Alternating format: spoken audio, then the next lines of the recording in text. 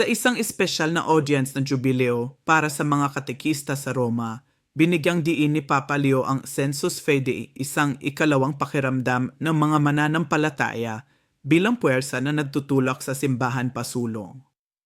Binanggit niya ang hindi inaasahang pagpili kay San Ambrosio bilang obispo ng mga tao bilang isang pangunahing halimbawa. Hiwalay dito, tumugon ang Papa sa isang batang estudyante ng medisina na nag-aalala tungkol sa pandaigdigang sigalo.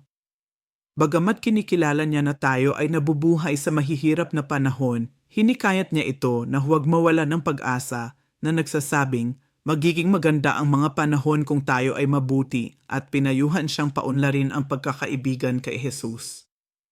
Inanunsyo ng UNESCO ang 26 bagong biosphere reserve sa iba't ibang bansa na naglalayong palakasin ang proteksyon sa biodiversity sa mga pangunahing rehiyon tulad ng arkipelago ng Indonesia, baybayin ng Iceland, at mga savanna ng Angola sa gitna ng patuloy na hamon sa klima at biodiversity. Kinumpirma ng mga kamakailang pag-aaral na ang mapaminsalang pagbaha sa Central Europe noong mas maagang bahagi ng buwang ito ay doble ang posibilidad na dulot ng pagbabago sa klima na nagdulot ng malawakang paglikas at pagkamatay.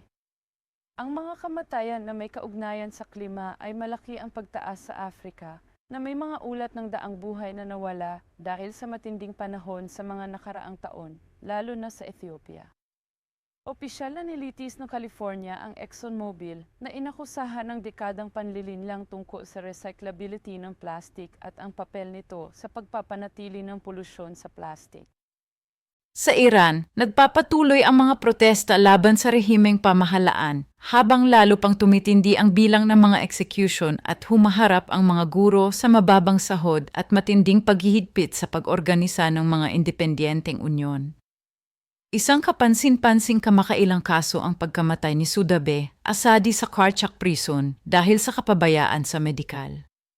Sa Demokratikong Republika ng Congo, nagtaas ng alarma ang AC tungkol sa mga krimen sa digmaan at krimen laban sa sangkatauhan, na binibigyan diin ang malubhang paglabag na iniugnay sa mga armadong grupo at cross-border involvement mula sa militar ng Rwanda. Ipinahayag ng Human Rights Commission ng Pakistan ang malubhang pag-aalala tungkol sa karahasan at paglikas sa Khyber Pakhtunkhwa na iniugnay ang krisis na ito sa mga operasyon sa seguridad at pagkuha ng likas na yaman. Kinondena ng komisyon ang mga kamakailang nasawi sa sibilyan mula sa mga airstrike